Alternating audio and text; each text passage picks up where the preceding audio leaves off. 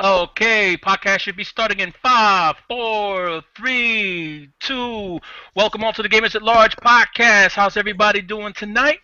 And as usual, we're going to sit up here and get at it again, talk about gaming in general, probably Nintendo specific, as we normally do. You know how it is, or even bring up some random topic. Who knows? Maybe a movie review, an impromptu one might come into play. Who knows? We'll see. Anywho. Introducing everybody from my left to my right. We're going to start off with Games Rosa. Do your thing, buddy. X. Hello everybody, GamerMan906 here.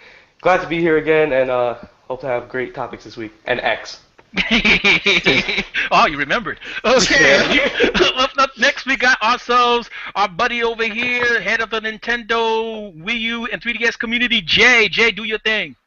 X. And I just want to say thanks for joining tonight. We have some pretty good topics for you, and we might have a movie review, so stay tuned.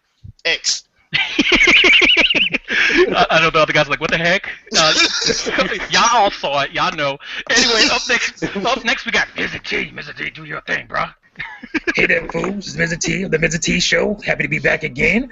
This is episode dub, I believe. Yes? It is? Okay. And also, I'd just like to say, I can't wait to drop that X pill either. Okay, up next we got Rashidi. Rashidi, do your thing, man. One of What's these going kids. on, people? It's Rashid. You know me as Infinite Maelstrom, just real. And I am excited to be here tonight, peoples. Hope y'all enjoy the podcast. Oh, very subliminal, very subliminal. Nice. Okay, up next we got Shadow Fox. Shadow Fox, do your thing, bro. Hey, this Shadow Fox Infinite. You know the deal. I will be the X Factor tonight. All right. Up next we got the master of all that is logic, Nintendo. Do your thing, man. Yo, people, Nintendo, the Zen Gamer here, back again. Let's just say that that direct yesterday was excellent. And last but not least, it's me, QMC, Quan Manchu, and I'm feeling ecstatic today. Exceptional. I'm telling you, man, that direct wasn't exactly, earth-shattering, but there were certain parts of it that were exquisite. But in all seriousness, we're gonna sit up here and jump on in. Whoever's got the first topic, do what you got to do. All right, I'm gonna go first tonight. And let me first shout out to Razor Fist. I don't know if you guys listening to his podcast, but he had a very interesting series going on talking about gaming journalism, and you should probably check that out if you ever get a chance to. But what I want to talk about tonight is Ubisoft and the Ubisoft situation, and when will gamers basically start holding third parties accountable for their actions instead of trying to blame it back on the publishers.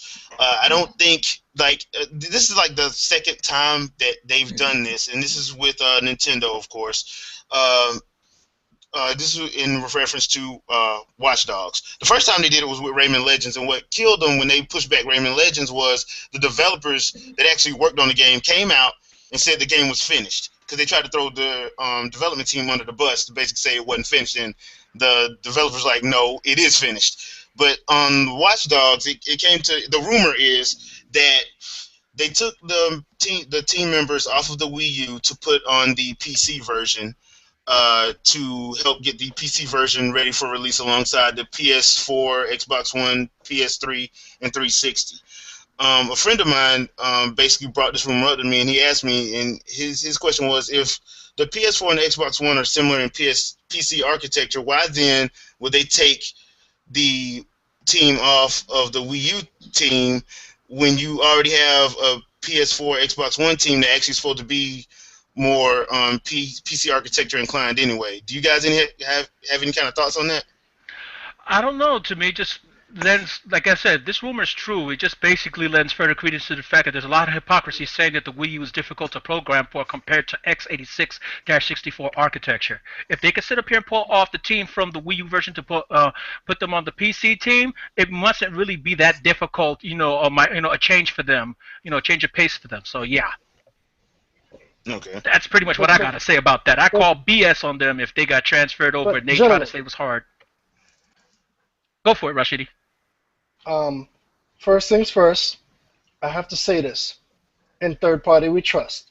What is written, as long as you blindly give them your money, all shall be well.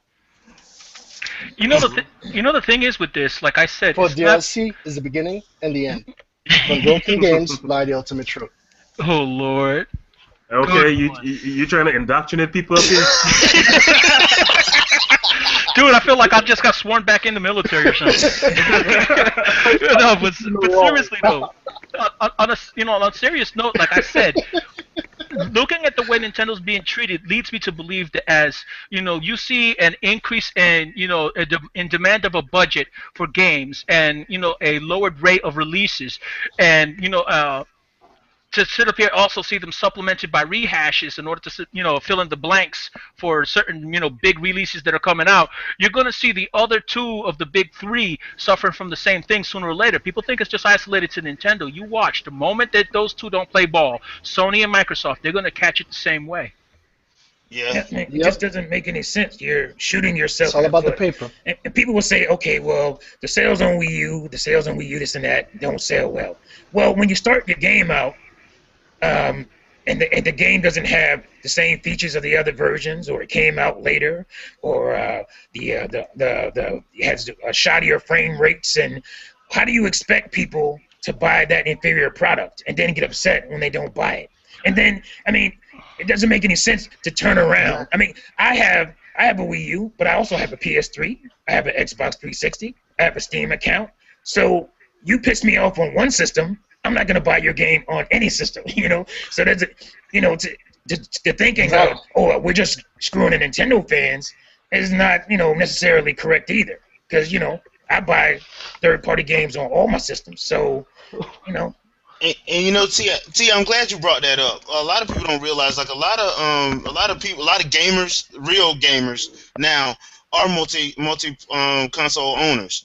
So when you think about it like that, I'm like, if you try to say, install base, or this and that, I'm like, dude, if that was the case, they wouldn't even make it for PS4 and Xbox One. They'd make it for PC, PS3, and 360. Right. I mean, they act like And the okay. 3DS. They act like okay. There's 80 million PS3 owners, and there's 80 million Xbox 360 owners, and those people are separate. They don't intertwine at all. Yeah. No, I have an Xbox 360 and a PS3. Yeah. Some of those people are the same people. Yeah. It I'm doesn't one of make them any too. sense. So I'm right along with you. So this is Yeah, my question. that- Does anybody see the hypocrisy though? Because guess what? It is February 2014.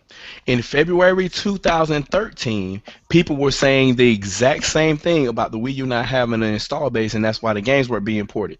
At that point in time, Wii U had a total install base of 3.2 million. Right now, the Xbox One has 3.4 million. So where are all the canceled games? Exactly. That's the eternal question. Somebody needs to answer that for me. Hey, you know what? I wish I could. Same here. Yo, Fox, it's really simple, man. These people do breadman accounting.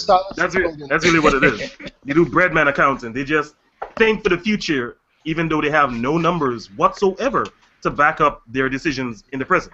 That's really just what it is. I'm not one to stir up stuff too much, but everybody out there that made comments in certain podcasts for major publications, everybody that's made small little YouTube videos crying about how Nintendo's system was doing bad in the face of 3DS skyrocketing, I want those same people to make doom and gloom articles about the Xbox One, because there is no Xbox Portable to save it. That's Not a even ver- Windows Phone is doing worse. Well, technically there is a portable. It's just not doing so well. You know what I'm saying? On the Surface, yeah, that's not better either. If you want to be technical, yeah, but it's not doing too well. I mean, it's sad because for what it is, I like it a lot better than the iPad because you got a lot more options for it. But the thing is, it comes with a Windows OS, so that's kind of like the drawback. Hey, people. 8.1. Look, that being said, it has my favorite game on it right now. Because I'm the Killer Instinct guy. I love the Xbox One. Well, it really comes down to one I'm not thing. gonna lie to you. Hold on, Zen. Go ahead, Zen. Yeah, it really comes down to one thing, guys. If your people inside your own company are trying to get rid of these platforms, you've got a serious problem. Seriously, you've got people who are inside your company inside is trying to get rid of it. I mean, when you really think about it, One of which is the new CEO, by the way. Yeah. Exactly. Yeah, Mike. Who's What are reporting that?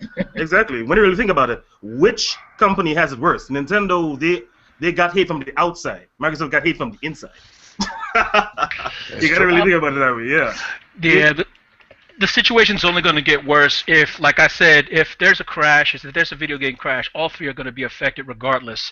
And a lot of people are not seeing that. And the thing is, the way it is now, a lot of the industry, hopefuls that are out there pushing propaganda for the tablet/phone industry, thinking that that's going to sit up and replace consoles and dedicated portables, they're part of the problem.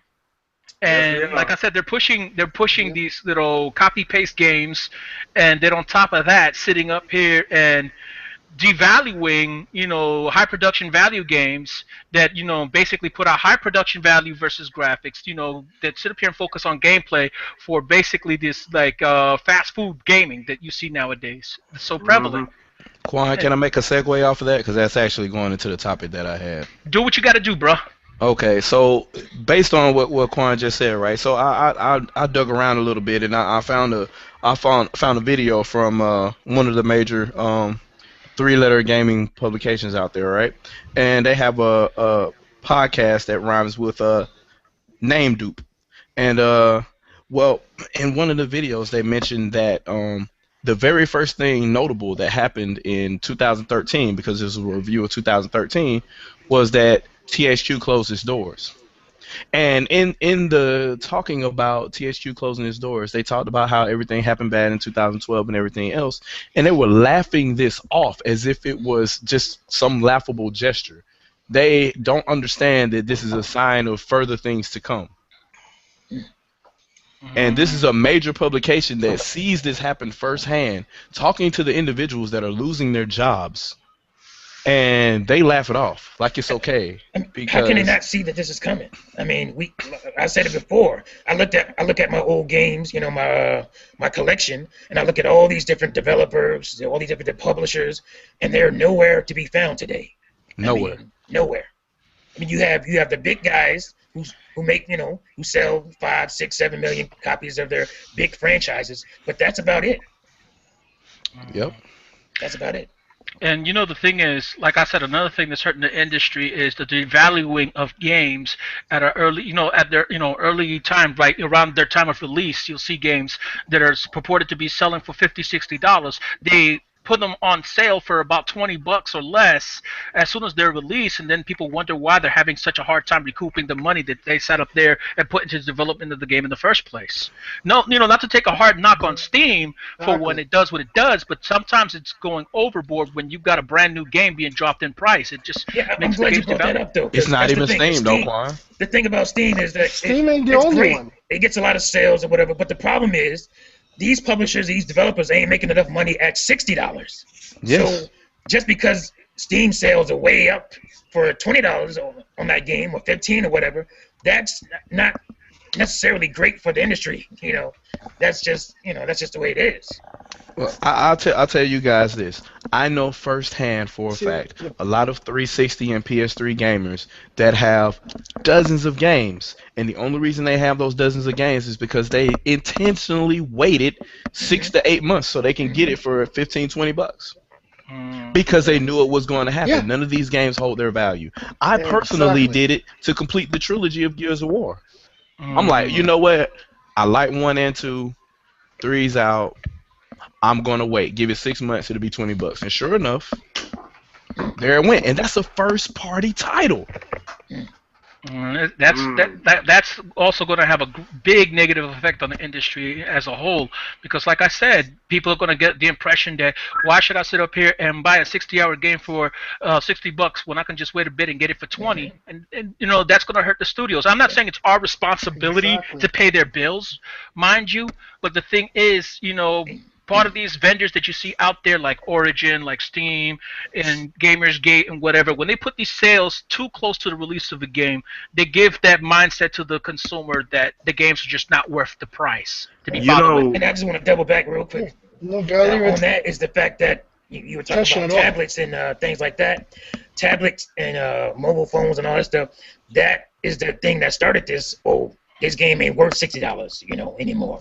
That's the thing that started it, Now, here's just the thing. 99-cent games and The whatnot. gaming is These publishers, they need to start understanding what their game is actually worth.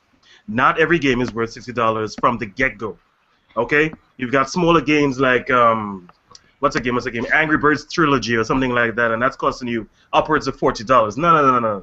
You need to stop that, okay? You need to look at the game and say, you know what?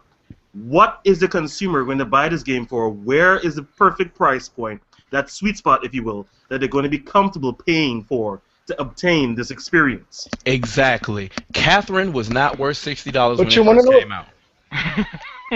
I hear you. You want to know the irony of it? Yeah. Gaming is actually cheaper. Believe it or not. Agreed. I'm as a You have to owner of, look at you got to look at inflation. I'm an owner of Neo Geo cartridges. I agree. I Enough said. That was a cop. Oh, I wow. own the black cartridge of Killer Instinct on the Super Nintendo. I agree. When it was $84. Yeah. Well, and another thing is like sometimes like for instance And last gen on the I did the 360 there was same a thing. game. It was Star Wars Force Unleashed. There was a game on there called Star Wars Force Unleashed, and it was like I think 2, and it was like 4 hours to beat. I paid Oh, $60 God. for a game that I beat in 4.5 hours. And the first game was Exactly. Yeah, I mean, it's stuff like that. I'm like, dude, I understand, but like, sometimes you got to give the value back to the actual consumer. So my thing is, if you have like an action adventure game, there's no way in the world that thing should be under 10 hours. You know, the thing is, I was just talking about this very same thing to my stepdaughter tonight because she was telling me about some phone games that she got on there that are RPGs that are kind of short, but the thing is, she was like, even though for her experience, it drains the heck out of her battery, and then she doesn't get the full bang for her buck in a lot of, instances, even though she likes the games for what they are, because she tends to be into RPGs and adventure games, I was telling her that that's just part of the problem about mobile gaming. It's just making things a little bit, too slapdash and too, fast food as far as game is concerned. Nobody wants to be in there anymore, it seems, for those epic adventures like Tales of Symphonia, which took God knows how long for some people. We're talking 70, 80-hour game for the same price of a Freaking love 20-hour, that game. 10-hour one. Sorry. God, I love that game. But you see my point. I mean, it seems that these publishers and developers are making bigger excuses to put out these shorter and shorter bursts of experiences for the same price that they would something that you would perceive as a full retail title. Look at Tomb Raider. Tomb Raider was, for what it was, with a lot of, the unnecessary side questing, whatever, it still was a fairly long game for its price, which is sad to see it so undervalued the way it was. Yet on the other hand, what was it? There was a game recently they put out a demo for it that was $40. I forgot which one. Somebody mentioned it on numerous occasions, and they said that it was recent. It was practically a demo, and the thing was like 6 hours long for a $40 game. That's ridiculous. Exactly. Yeah, I played demos longer than that. Yeah. Bravely Default. Yeah. There you go. I mean, there's no reason that I could sit down and play Limbo longer than a $60 ridiculous. That's a full game almost. Bravely Default is a different game. It's a full game, basically. in a way. Even the demo, like I said, is that's fairly beefy. And the thing is, and it gives you something for the main game once you sit up here and you transfer your info. You get something for the experience of trying out the demo. I mean, a lot of these publishers, they need to realize that, a lot of people, when they take their money and they buy a game, it's kind of like an investment of your time. You know what I'm saying? You want to entertain yourself. If you are satisfied with a 5-hour, 4-hour experience for $40, more power to you, but I'm not the one for that. I'm sorry. I need a lot more than that. You got to give me some bang for my buck and give me some type of depth to the game. Otherwise, I can't be bothered. I'll wait. And I mean, it's not always the the length of the game, because some games have really good replay value, and they're not as long. As long as it's fun enough for you to keep coming back to, that's good. But the thing about the story-based game, you ain't gonna really want to come back once you learn that story. You're not gonna want to trudge through it again if the gameplay isn't so epic that you got to play it again. Well, that's where older games kind of like had their heyday, like Chrono Right, Trigger, where you have those multiple endings, and you could sit up here and fight the last boss at different time points and with different characters, whether or not you had them determine the ending that you got. You know, That's the difference. Today you gotta buy the replay value, in DLC. Replay value, exactly. That's the sad part. You gotta buy it separately. You know it's a good game. Like I said, if you can't have a long game, at least have one that diversifies the experience each time you play. You know what I'm saying? That's why a lot of these games that are kind of like roguelikes and whatever that you see nowadays in the indie scene, kind of like let me see, what would be one that reminds me of a roguelike, even though it's not a roguelike, it's more like a Metroidvania, an Epic. You know what I'm saying? It for what it is, it's a long experience for the price, and it's if they sat up there and retooled the presentation a little bit and amped up the story a little bit more, it could be a very big title. If they were to come up with a sequel, they could do that. You know what I'm saying? And basically show these publishers that you could put out substantial experiences for people again, instead of sitting up here and just saying, hey, slap a new coat of paint and call it the definitive version and call it a day. We're selling the same game twice. I mean, enough of that. You know what I'm saying? Nerds to that. Please remind me to send Square Enix and Crystal Dynamics a dictionary with the word definitive highlighted. Oh Lord! Like I said, it's just sad what gaming's coming to nowadays. I mean, we're from a generation where we would pluck down $75 to $80 for Chrono Trigger when it first came out. You know what I'm saying? But it was actually worth it for the amount of time you spent on the game. Versus a lot of games that you see now that are like about 5 to 15 hour corridor shooters, and then all of a sudden it's done. You know what I'm saying? With a slapdash multiplayer, and that's it. With basically very marginal differences between each iteration of each year that it comes out. And guess what, Quan? That wasn't even because the game was longer. It was just because they added more RAM size to the cartridge. So instead of it being a 16 megabit cartridge, it was 32 or 48. Yeah, I mean, that was the difference. The cartridges cost more because of the space that he needed. When Super Metroid first came out, it was pretty expensive too for a while. And that is a long behind game too. Don't get me started. You can speed run it, but like I said, if you wanted to sit up here and nitpick and get every single little thing, it was a pretty long game for what it was, But like I said, it's just sad what gaming's become. I'm hoping that maybe with the influx of indies, with the problems that you see happening in the global economy and how it's affecting all these big gaming companies and their financials, that maybe it'll force them to sit up here and come up with more compelling reasons for gamers to actually buy a game. I'm looking at some sales right now, and does anybody remember the big deal when Sonic the Hedgehog was remade for 360 and PS3, and how everybody was pointing out the fact that it wasn't on Wii? Anybody remember that? Like it looks so great and all this other kind of stuff, and when they remade it and it came out. Oh yeah. So turns out Sonic and the Secret Rings outsold that game on both platforms. It did? Altogether, yes. Sonic and the Secret Rings sold over 2 million copies. It didn't even crack 1 million on either PS3 or 360. Okay. Interesting. As a matter of fact, there were close to 15 Sonic games released on both the 360 and the PS3, and the combined total for both of them together is around 6 million copies. Wow. And I mean, and Sonic and Mario and Sonic and Olympic Winter Games did outsold that by itself. I think gamers are just becoming jaded as far as a lot of the games are not up to snuff. Us older gamers, that is, are not up to snuff to the classics that we are used to. Yeah, and that Sonic was kind of a broken game too. I actually think that commends that audience because they didn't fall for the graphics that time. Because the graphics looked good, but the game was broken. It was so broken. Yeah. But honestly, I almost. Go ahead. No, go ahead, Rashidi. No, I was just gonna say it just got so bad that honestly, I said it before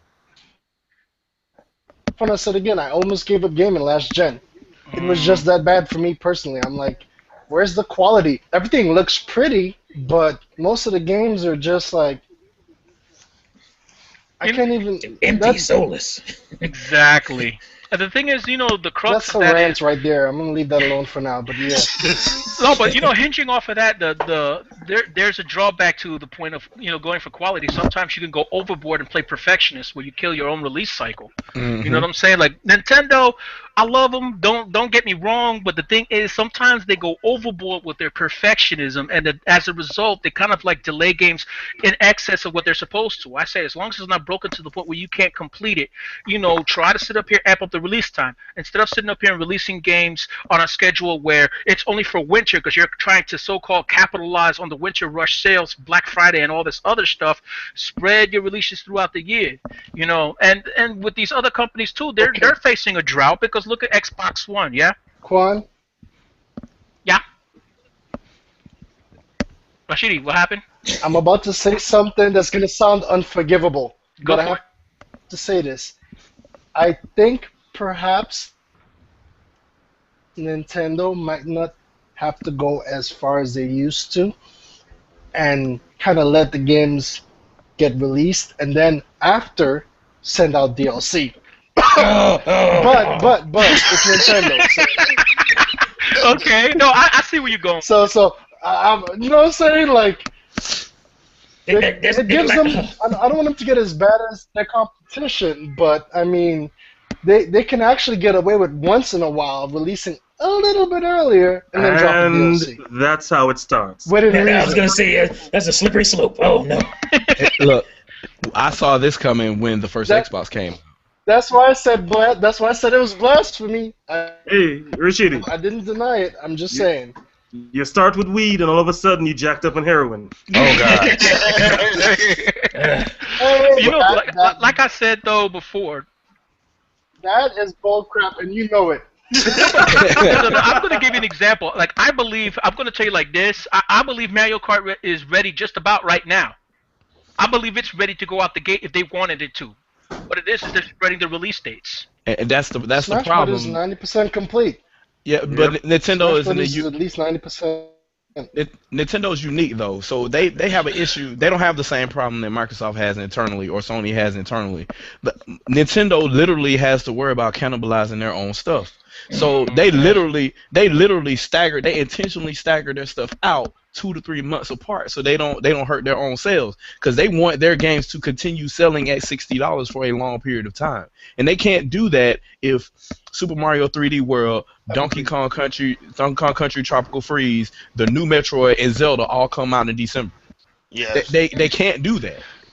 You see, what I like is that what Nintendo does is, you know how all the other companies just go, like other developers and everything, you know how they basically just publish out a game and then that's it, and then later on they add more with DLC. They're like, oh, I should have put this in the game, so now I'm just going to put a DLC for $15, right? So basically, I think what they do is like they take their time with their release dates, is because like probably they just have to add more. They probably want to think of what more they could they add, because we never saw the Koopa Troops coming in. I mean the Koopalings. Like, did any of you see them? Like, were you like expecting them to be in Mario Kart? One of them didn't expect them to be in New Super Mario Brothers U. Yeah. They just showed up. So it's like I like how they did that, because I bet if Mario Kart was, and I just have to say, yeah. I don't know. I just have I have an issue where they're gonna end up, if they go the way that you were saying initially, Rashidi. If they do that, then they're gonna cannibalize their own stuff, because if they say, hey, we'll drop this at $40 and we're gonna sprinkle DLC along the way, and while they're releasing other titles, people are buying the DLC, and people that didn't get the game originally are gonna go and buy the game to play the DLC, and they're missing the opportunity to buy the game that they staggered out for 3 months. And internally, they're having an issue because if a game slips, if it's not ready to be done in January, they can't just release it in February because they got a game coming out in March. Go ahead. Go ahead, Rashidi. But for the record, I'm not telling them to intentionally release everything early. No, we get what you're saying, man. But my thing is, instead of trying to, I'm just saying, yeah, they might not have to always take as long to release a game.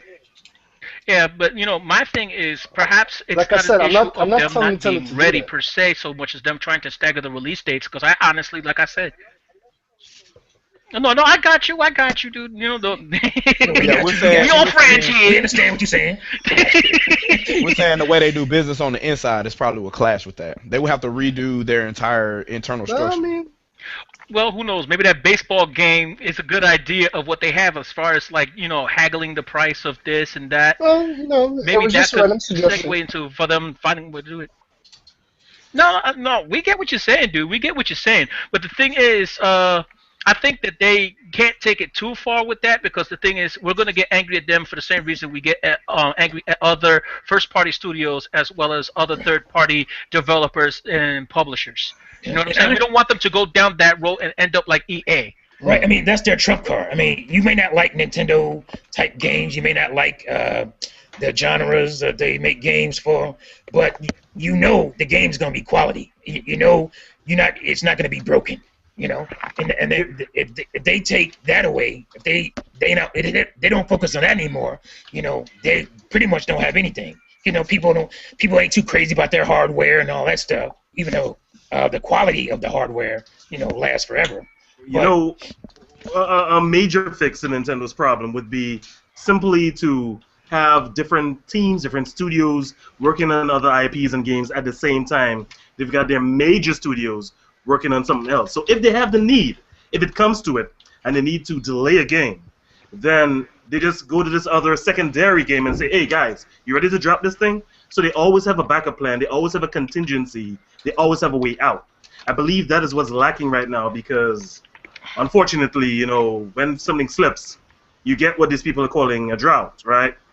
Ignore the fact that they're ignoring the indies, but we're not even going into that. The fact of the matter is they don't have any big titles ready when they go through their perfectionist loop. So I believe hiring more would actually fix the problem and have more projects going on concurrently. Hey Zen, amen. We can't. Nintendo gamers can't really complain though, right? You know why? Mm-hmm. Because I got a question to ask. Where is The Last Guardian? How long ago was that game announced? So Nintendo fans really can't complain on timeliness because it's going to come and it's going to be ready and it's going to be worth the $60 once you get it. I see your Last Guardian, and I raise you Beyond Good and Evil 2. Oh, I was just about to say. Wow, that's a third-party game, though. That's a third-party game. I see your Beyond Good and Evil 2, and I raise you Final Fantasy 15. Oh, God. Yes. I would even say 13 because it took a while for 13 to come out too. It was announced in 2005, I think. Oh, Kingdom Hearts 3. I was waiting for them to announce that. I was waiting for them to announce that. I was just like, no. This E3, you gotta announce it. I tell you what, though. No, that's the. I put it like this: Sony is probably the only first-party studio that has had a game be announced that far in advance and never come out. Let's put it this way. The kids who are kids who are playing Kingdom Hearts 2 have kids. Hey, wait a second. Some of them, at least. Yeah. Oh Lord, the same thing could be said for Beyond Good and Evil 2. Because look how long we've been waiting for that sequel. Oh man, and we got a teaser a couple years ago, didn't we? Yeah, we got a teaser, we got a parkour one, and we got a one before that was shown with them by the little car, the hover car. Yeah, but you know what? The developers are ready to do that at any time, though. The publishers are the first game didn't sell that well. Didn't sell. Y'all need to prove to us how this is going to sell. How can we market this? Well, you know what I say? Go for people like... I'm going to tell you right now, the way I see it is this. If the market were to look at the 3 different console manufacturers, look at what particularly sells on what console, and then market towards that without any bias, you would see a place where they could sit up here and divide the market in such a way where they don't cannibalize each other's sales and at the same time don't cheat the gamer out of an experience. Because look at what happened with most Sonic's games, for example. Sonic games tend to sell best on Nintendo systems, ironically, even though they used to be the biggest competitors for the longest time. If you take a look at Beyond Good and Evil, sure, it didn't sell a lot, but it's an endeared title and it was a media darling from back in the day.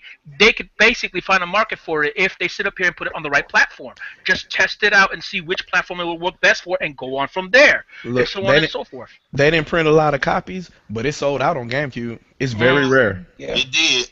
Try to find it now. Good luck. I still got it. I still got my GameCube copy. I bought a GameCube copy from my cousin. I don't know where it is right now. I had already had the Xbox copy, so I bought her the only GameCube copy that I could find, and I don't know where it is at this point. Don't like that. I even got it on PC. Started on all my older gaming. I lost. You guys already know. I lost most of my games before. Yeah, I already Be careful know. who you trust. That's all I have to say. I'm crying over here. I mean, but seriously, back on the original. You don't understand. Well, you understand, but you don't understand the money I spent. He's still hurting. Military buddies. Sorry, He's sorry, fine. gents. I'm There's sorry. a little tear somewhere. Yeah. Somebody pass him a tissue. Oh, the feels. I'm not crying. Hey, seriously though, with any of you guys, His mother. Sorry. would you be surprised if there was a statement released from Square Enix, Atlas, if they don't get their act together? Well, actually, Sega just purchased them, but if Sega kicks them or splits with them, they really won't have any. They won't have any other option. Or let's say Konami, if you start hearing like details from them, or Capcom, that hey, we don't have any more money. Like, I mean, that's very possible. That's very possible this generation. It's very possible in the ninth generation of consoles coming up. It will literally only be EA and Activision. I hope not. Oh no, please no, no. Well, the way Activision going, they might shoot themselves in the foot. The way they going. It might. Well, I don't know. They have Blizzard, so. I mean, yeah, Do they still have Blizzard? Yeah, Yes. they still got Blizzard. But that might not be enough to save them, because like people are getting pissed with them. People are like, you would think people wouldn't be, but people are actually really starting to get pissed with EA. Hey, they need to start knocking on Tony Hawk's door again, I guess. Yeah. You got the Skylanders. They still got that bubble. Yeah, the Skylanders are still doing it. It's Air continue Gear to will go up. save them. Air Gear. Oh my God. Don't get me started. No, I want that to be Sega's darling right there. If they ever do it. That's the thing about these companies that are in trouble and need help. There's a lot of talk of Nintendo needs to buy them and Nintendo needs to buy this. People don't realize, you're buying the company, but you're buying their debt. Yeah, and they don't want to do that. Right, and that's not just an easy thing to do. Okay, this company is sitting there. Yeah, right. And you're trying to make your fiscal year report good. You can't just go ahead and buy another company that's going to add to your debt. That's also going to add to your fiscal year report. So people need to calm that down. Buy this, buy that. They need to calm all that down. Exactly. To extend what T's saying, for those of you who don't understand business, let me give you a real example. Yeah, If you're single and you meet this girl and she has kids, you gotta take the kids too. Yep. Package deal. Package deal. Exactly. Yep. Right. It ain't You gotta just take the baggage. Yeah, you get the good, you get that, but you also get the, I don't want to say the kids are bad, but you get the headache, got the you get the headache too. The baggage. Right, you get the headache with it too. So Yeah, I know, because like I said, I'm a dad and a stepdad, so I know exactly where you're coming from. You get a lot of headaches and a lot of, it's not exactly easy to be put in a position of taking up the slack for someone else's responsibility, but it happens. Yep. And in business, that's what happens a lot with these companies, And the thing is this, Nintendo, for example, out of the big three, said they're open to acquisitions and, like mergers and whatever, but hinging on what you said with the whole debt thing, I just want them to be very careful with who they sit up here and do this with, and hope that the people that they get involved with actually are dedicated to doing stuff with the platform. Because if they're not, sure, they might beef up the 3DS's library more than what it already should be, which, quite honestly, right now, they don't really need to do much more for the 3DS. They're going to end up basically not doing anything for the Wii U. It's further stagnating their home console market, But, I said like this: if they're ready to release games, if they're open to release games, and amenable to doing that, and they already got something down the pipeline, and they don't have too much debt, but at the same time the pricing's decent, then go for it, Nintendo. Buy whoever. Right. But I would not buy a Capcom right now, thinking about it carefully, because at first I was like, oh, that'd be cool. Sit up here and get that Breath of Fire for the win. But nah, dude. Who said it? They want to do that? Realistically, we as though, gamers, we want that, but it's the closest Oh my god, I love a the good closest Breath guy of Fire. would be the closest guy would probably be Sega. And that's only because their amusement division still nets them. They still net a game. They have like amusement parks and stuff. Like they make arcade machines still. They have other businesses. Like they still make money, and they make money on Nintendo hardware. So, hey, it is what it is. It just makes the most sense for them. Oh yeah, that would be a no-brainer if it was Sega. Yeah, you go get Sega. Yeah. And then they get the Atlas games. So rolling that on in. Exactly. That spreads the whole catalog for them. They make the most sense out of any of the other guys that are kind of struggling in the win right now. Plus, guess what? All their studios are located where? Tokyo. Most of them in Japan. Yep. Most of them in Tokyo, Kyoto. They're all like right across the street from each other. Yeah. Yep. Yeah. They're But right next to each other. They can just. They could literally walk across the street and pack up. There you go. Or stay where they are. But like I said, they could even resort to SneakerNet to transfer files. I don't know if you guys are familiar with that term. Yeah. Shoot, they don't even have to sit up here and do things through a network to transfer data. They just go SneakerNet. Do it the old-fashioned way. Well, apparently, that's how some of the second parties are actually being treated in the Tokyo studio. Like Miyamoto or somebody would literally like just personally show up there, and then they do direct supervision and then leave.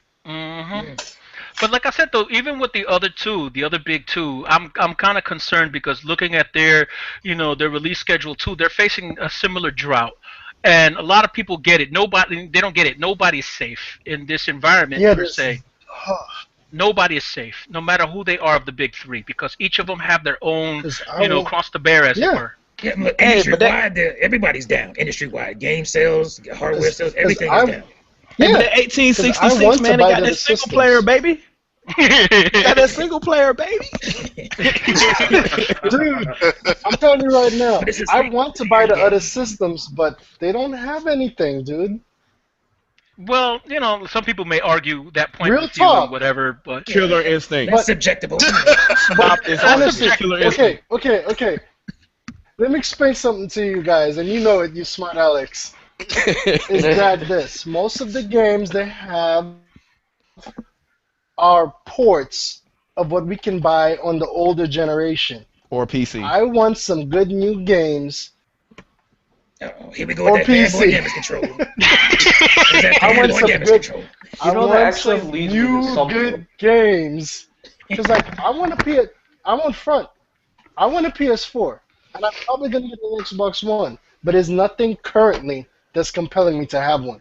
Hey. Will I get them in the future?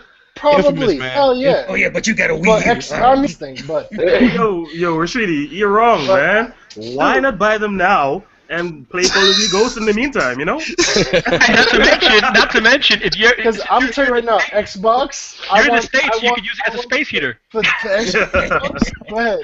Rashida, you haven't played the Killer app? 8 gigs of RAM? Hey, it's Oh AAA, man, man. yo, It's AAA. on the PS4, that thing is beautiful. I give it 10 out of 10.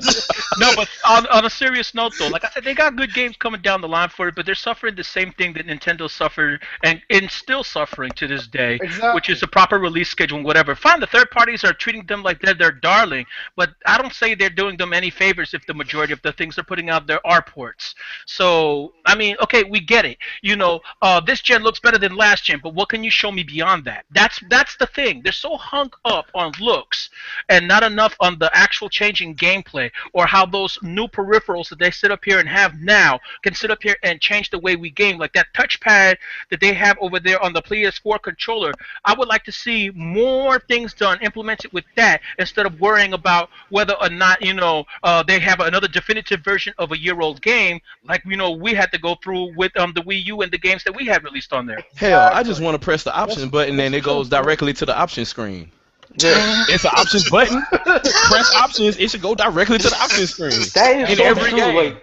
Like what the heck? It says options. Why is it not going to options? It's going to the options it's going to the start menu on the game. It should go directly to the option screen of every game you own. But going with that's why I didn't buy it on launch.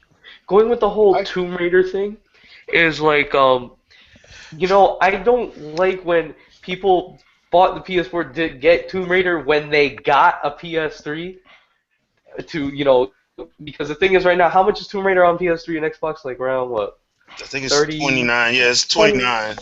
It's 29 now. Like $20-$30 at the most. Yeah, and it's just like, Yo, and games, it's just like, games. yeah. Lara Croft is sexier next gen, man. What's wrong?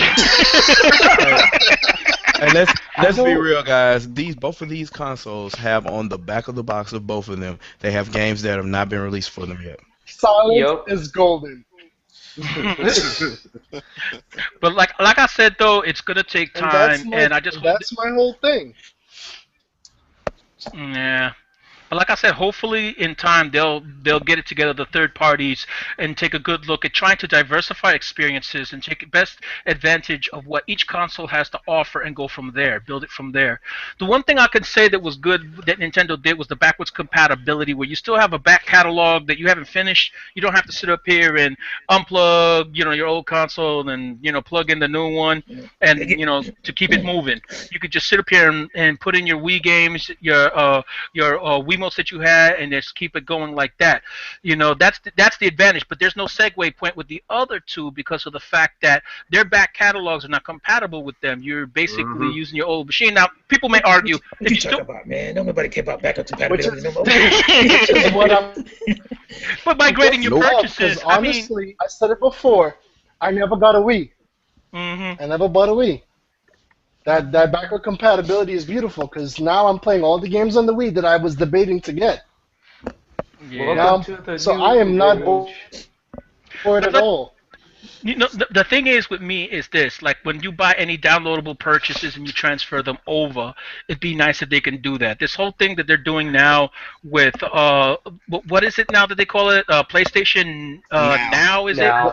Yeah, you're starting over. PlayStation Now, yep. Yeah, they're starting the whole catalog over, and there's no way to migrate your purchases. People were complaining about spending $1 to $1.50 on migrating your purchases from the Wii to the Wii U. And nobody's complaining about paying full retail price again for the same thing you bought before. And what's so funny about that is, it's not like you're not paying for the game again. You're paying for it to play it on the gamepad. You could still play everything that you bought on the Wii in Wii mode. You just go in Wii mode and you can still play it for free. That's the only thing is like I said, wait, there's certain things that they need to add, to make it, compelling. That I admit it's not the most compelling console for most people, because for those that like the little extra bells and whistles like cross-game chat and all this other stuff, I could see where the problem lies. But like I said it before, and I'll say it again, this is stuff that could easily be patched in. What is it that you have that could sustain the console right this moment? And therein lies my problem with the Wii U as it stands right now, is that they could amp up the release schedule. They could really do that. I love my Wii U, don't get me wrong. We have two in the house. The main one I play, the one that I really bother with, is the living room one, because quite honestly, I like my online privacy. I like my anonymity. But the thing is, like I said, I got one in the bedroom, so when I want to... so when I want to do whatever, I could do whatever, play the games, keep it moving, Yeah, I think we all agree with that. And there you go. The only thing I wish that they would do, I would like to, I wish they would also allow for your accounts to be able to migrate from one Wii U to the other with no problem as far as your game saves go. Not necessarily the purchases per se, but at least the game saves. So that if you do have the physical medium, the physical disc, you can migrate your saves over from one console to the other. You know what I'm saying? Like a cloud, cloud saving. The only problem is, in some cases, you could get data corruption and end up, you guys already seen that with EA's Origin. I do. I have the same problem with 360 most of the time. So, but the thing is, it would be nice. Who knows? In time, they might be able to do stuff like this. But like I said, Nintendo has to figure out a way to do this without infringing on the copyright and patents of the other companies. But once they sit up here and do that, then it's just a matter of beefing up the release schedule, fleshing out their in-house studios, and there you go. As far as the other two, as far as the other two, like I said, same thing. They need to beef up their first party so they don't have to depend on third parties so much. You know what I'm saying? And don't have to pay the third parties' ways in order to get games on there, so that they can have more profitability. You know what I'm saying? If they get more profitability, they don't have to worry about relying on third parties so much. You know what I'm saying? They're not being held hostage by them. Yeah. Perfectly said. Yep. Well, you know what? Like I said, though, there's one thing I'm curious about that's totally off topic. Here we go. Jay, how was that RoboCop? We're always off topic. This is how we roll, son. You don't do it. How was that RoboCop, kid? Before you say anything, did you watch the old one first before you went in and watched the remake? I was smart enough not to because I did that when they did the Conan remake, and that pissed me off when I was watching Conan. So I was smart enough not to do that this time. Yeah, but he went in there with liquid anger. I had a couple of RoboCop should not be PG-13. That was a warning already. Well, yeah, that's number one. That's one of my main gripes. All right, that if you know anything about the RoboCop series, because back in the day, Marvel had the rights to it, so they had like a whole bunch of comics. Matter of fact, Frank Miller used to write and draw them. Mm-hmm. So if you already know that, then you should have an idea of the story. It's a remake, reboot, whatever you want to call it. But it is. They took stuff that was in the first one because they do try to reference the first one. As a matter of fact, they actually played the main theme from from the original, which I enjoyed. Oh, really? But they played it at stupid times when he wasn't RoboCop. They played it when he was Alex Murphy walking down the street. I'm like, what the? Yeah, he's going over there to the soda vending machine. He's gonna get him the soda. Also, here comes the theme music. Matter of fact, I kid you not. Spoiler alert. The first part of the movie, when he's Alex Murphy, they're showing him going to a restaurant. I kid you not, they're playing the theme. I'm like, what the? Now, the saving grace of it is because they got that cast. Those actors are off the chain. Gary Oldman, he is off the chain. Michael Keaton is being Michael Keaton. And your boy Sam Jackson. Sam Jackson. He saved it. Because if it wasn't him, him and Jay Baruchel, if they weren't in that movie, and yes, he does Sam Jacksonisms. He has 3 of them. He has 3 Sam Jacksonisms, and he does call somebody a mother. So what about the guy that actually plays RoboCop? He's not bad. He's not bad. Here's my problem with that. He's not bad. The problem is they try to make him like in the original comic as well as the movie. He was more of like an upbeat, naive cop. They tried to make him like a off the reservation, going rogue cop. No, that's only once he transforms. Really? Yeah, oh Lord, anti-hero. Yeah. So and that was one of my problems with it because I'm like, dude, the reason why, because you kind of felt for him when he got jacked up, when he got killed. You kind of felt for him because he was actually a decent guy. Yeah. See, that was my main gripe. The emotion you got from the original murder scene where he got killed is taken away by some stupid car explosion. Dude, when you see how it happened, you're gonna be like, I would have never. Because you feel bad. That damn car. No, it's a sequence in there, and you're gonna be like, you mean to tell me you got up to cut the car off? So, Lord. Yeah. Oh no! It's one of those Final Destination deaths. A Hollywood trope. Yeah, it's one of those Final Destinations like deserve to die deaths. Oh Lord! So I mean, but like I said, it's not. And I don't want people to misconfuse me here. It's not a bad movie. It really isn't. The problem is it's not RoboCop. Right. So it's like Total Recall then, the remake. Kind of like that. There's a reason why Paul Verhoeven was laughing when they asked him about it. There was a reason why he was laughing. They got like 6 writers on the movie. When the credits roll, when they say written by, it's like 4 or 5 writers on there. Strike one. Is it me or all these remakes suffer from a certain syndrome? Because look at the Thing. Well, like I said, that wasn't even a remake. It was more of a prequel, but still. Yeah, it was really a remake. It was. Yeah. They tried to do that too, but the problem with this one was like you could see the pieces were there, but it just the writing is what killed it. I mean, Sam, Gary Oldman, Michael Keaton, they did what they normally do because they are actors. Yeah. They gonna act. Their part is gonna be handled. So you felt something when they were on screen, but the problem is I had a problem with the writing. I love Abby Cornish. I know she can act. They did not write her character right. That's the wife. She plays the wife, and like in the original, the wife and the son, they're not even in there. It's done in flashback.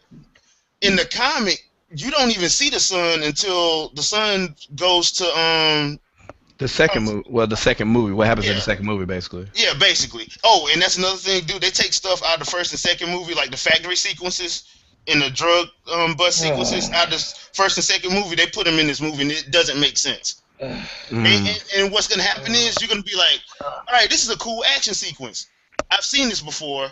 And number two, this makes no sense going with what the story is telling you. That's fan service, dude. That was nothing but fan service for the old fans. That's all that was. Yeah, and well, you're gonna hate the ending. Then you really gonna hate the ending. The ending climactic sequence, you're like, this is badass until the ED-209 shows up. Oh no! How could they screw that up? Excessive CGI. Okay. So what about the suit? What about his suit? I just want to hear about the suit. Okay, the suit. All right. Now, here's what people gonna probably get mad at me about. The suit is not bad when you think about today's technology. It's not bad. The problem is they show you the original suit 5 times. Right. Oh Lord. And you want the original suit instead. That's what you, because like I said, all right, in the first movie, you know, like it was kind of like he was the boogeyman. If you was a perp, RoboCop was a boogeyman because it's like he was Terminator and you couldn't get away from him. In this movie, he can run. He can run like a 140. He can jump farther than the Hulk. And I'm like, dude, I didn't know he was an Avenger. Dude, not for nothing, but RoboCop's supposed to be like the Jason of heroes. You know what I'm saying? Yeah. That's the thing, and like I said, he slowly plods his way to catch you. Like you hear him coming, but you can't stop. But in their pitiful defense, they had to update the supposed technology. Yeah, Do I agree with it? No. I'm just saying.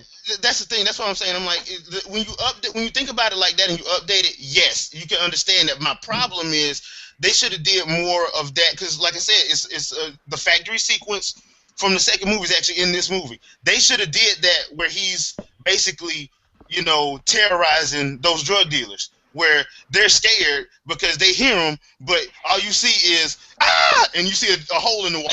You know, they should have did that. Yeah, they should have went and did that instead of like, look at all this CGI. Yeah. Now some of the fight sequences are actually pretty good.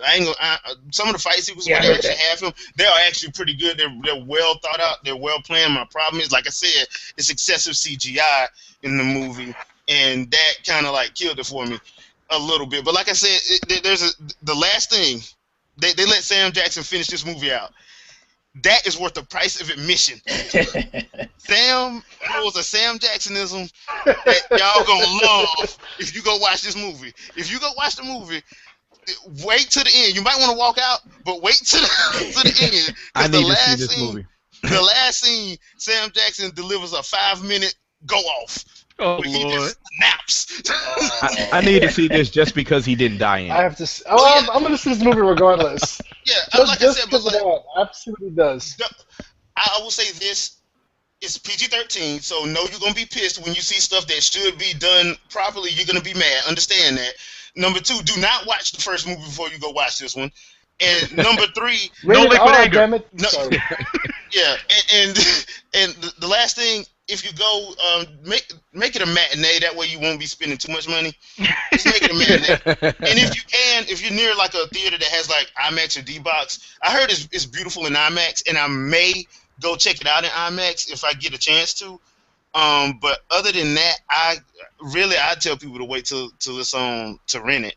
Really. See, this is why Misspill.com, those guys, when they I miss the those reviews. Because I wouldn't have went last night if I would have. If it was still on. You forgot one point though. How much points did he give? 4? Well, here's 5. Stream it.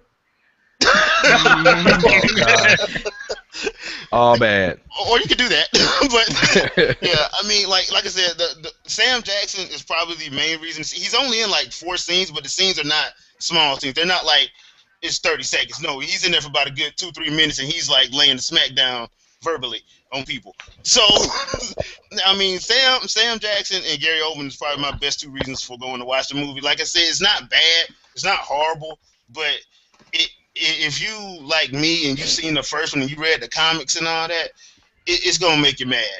It really is. And they set it up for a sequel. I don't know what they're gonna do in the sequel because shoot, they showed the 8209 factory. They showed the jet that they had. I don't know what they're gonna do for the sequel. I mean, I really don't. What they gonna do? Take them to Bosnia? I don't know. Then it'll be Iron Man. Basically. Oh Lord. Yeah, but other than that, oh yeah, and one more thing. Detroit has never looked so nice as it does in this movie. Detroit looks beautiful in this movie. Like in the original movie, they made Detroit look like a place you never want to visit. I wouldn't mind. It looked like Detroit. This does not look like Detroit. This looks like look like Detroit. Yeah. Matter of fact, it looks like it's because they go to like nice places. You know? They try to like show people getting beat up and stuff like that, but like when you see the environment, you're like, okay, I don't see where all the crime is. They only showing it like these 4 little screens when they're like trying to show all the crime and stuff. You don't really see a lot of the crime. Once again, PG-13, so you don't really see a lot of it. You just see like little drive-by sweater vestings. No, drive-by slapping. So Jay, is this another situation where they remade it for the 2014 year instead of the 80s year? Yeah, because like I think like in the movie, it's like 2019 or something like that. But you still had 80s hookers walking around and all the other kind of stuff. Well, you don't see no hookers.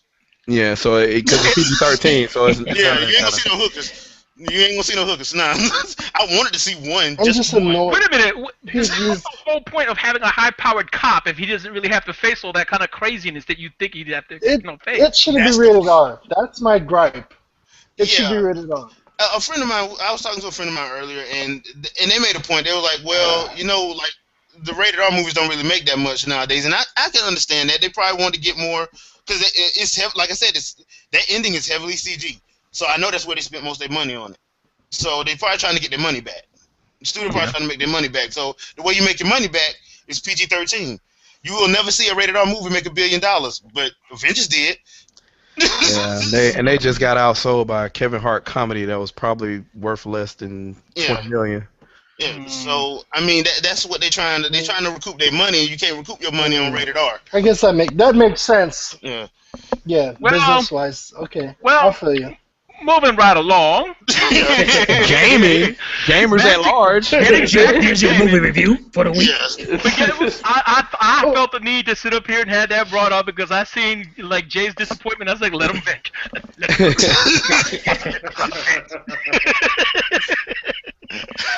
Permission to rant? No. All right, J-Man. Woosah. I'm good now. Like I humbly request to make a mini rant. Yeah, y'all should have seen me last night with that Bacardi in my system. He said that rant was a regular catharsis for him. He redeemed himself from having to watch that movie.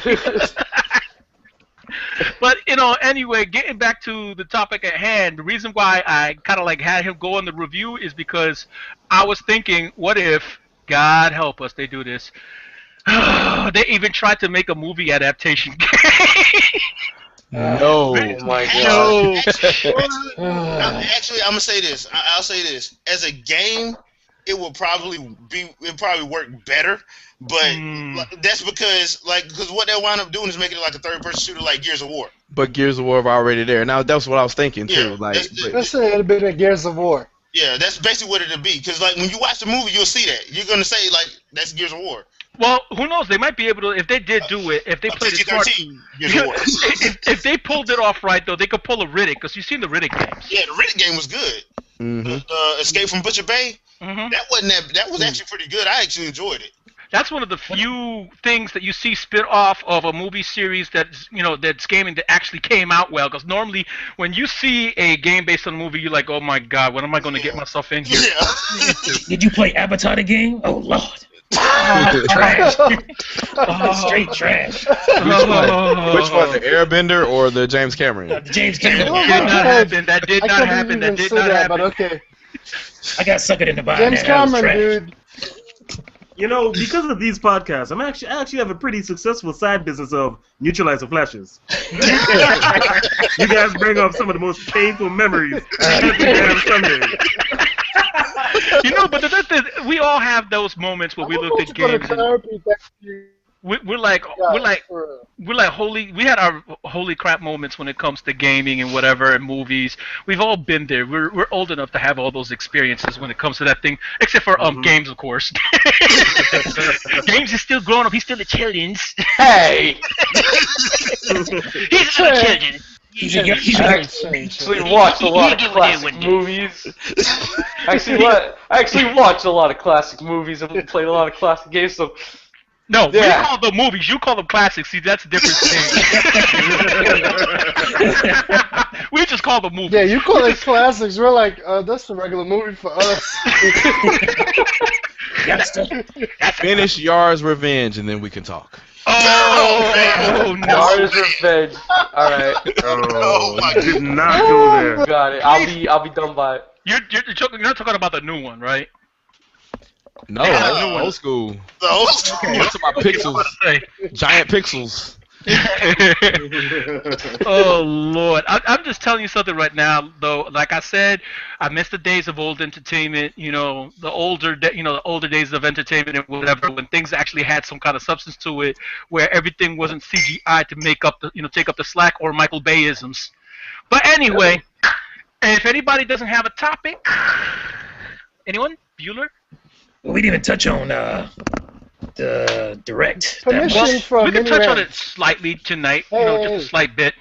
Can Mini I, rant? please? Okay, we'll save the direct for next time then. Yeah, we'll save it next time. We'll save the direct for next time because we could go into depth of the aftermath. But go ahead, Rashidi. Feel free to rant. And My mini rant is just about the YouTube gaming community. Oh, I boy. am extremely disappointed in how all these grown men. It's mostly. I have not heard any women. I'm not there's women in there, but I've not heard a female gamer act the way the men do, and it irks the hell out of me. Pardon my language. How these grown men act like petulant 12-year-olds. They Wow. it just irks me. I'm like, come on, we're gamers. Let's just enjoy the games. And the childishness, the disillusion, the nonsense just drives me up the wall. And that's across all platforms. Exactly, but you know what? That's why we gotta keep a level head and everything. You know what I'm saying? We gotta keep a level head when it comes to gaming and realize that this is just a diversion and whatnot. And you don't have to sit up here and treat YouTube like you're supposed to step on each other's throats just because you don't agree. That's the problem. Okay, guys. No, it's like But- nanny, I agree nanny, boo, with you. boo. My True. favorite That's piece of just plastic getting got more annoying. games than Keep you do. Okay, guys. Have you ever gone to the real world? If you don't understand what these And guys are that's saying. what irks me. Yeah. You do not need to. Go ahead, Zen. Go ahead. Have you ever gone to the real world and you told someone who is not at all attached to the gaming world, who doesn't do gaming, have you ever told them that you're a gamer? Do you see the look in their change? The look on their face just change. Yeah. Like it's just disappointment. They It's like look you're one at you of them. like you're Yeah. Yeah. Yeah. They look So- like we're beneath them. It's sad. The thing is, guys, if I can leave gaming when I die or whatever, or when I decide to stop gaming, not sure when or if that'll ever be, I want to leave gaming in a better position than I saw it when I came into it, when I decided to dedicate my free time, my hobby, to gaming. You see, you don't see people saying, hey, you know what, I Permission watch to TV. interject. You don't. What's that? Yeah, go ahead. Go ahead. And this is the thing that people don't realize. It's actually been scientifically proven. Well, granted, it depends on the games you play. Uh-huh. A lot of gamers actually tend to have better memory skills, cognitive abilities in general, and we have better reaction time. That's a fact.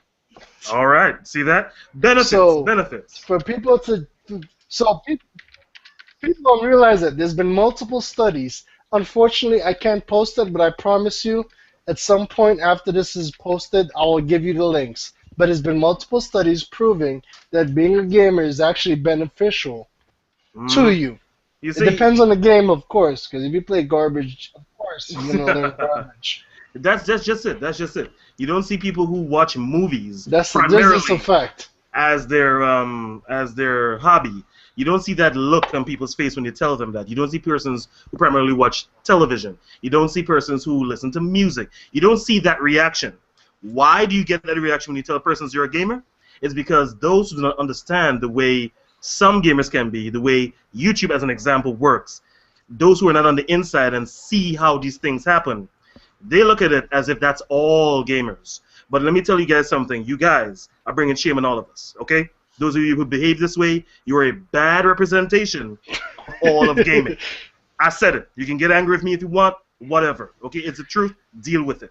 But the fact of the matter is, you guys need to scale back a bit because you are, as I always say, gaming's ambassadors. I hate to say it, but you speak for all of us. So, you know, try to give a good impression to those who do not know the way it works on the inside. That's not a demand. That's a request. Let me raise my hand real quick. That was beautiful. If anybody is listening to this podcast and you know if you've been licked, a hit dog will holler. I'm going to allow you to understand something real quick. I am still currently a very involved member of several of the major gaming sites, forums and their comment sections. You guys are actually making a difference. People are quoting you guys. People are pointing directly to your videos. Trust me, you're making a difference either for the better or the worse. For the most part right now that I see, it's the worst. So be responsible for your actions because people are listening to you. All right, you see that? Yep. You see, some of these people, some of you do not understand that YouTube is not a closed circuit.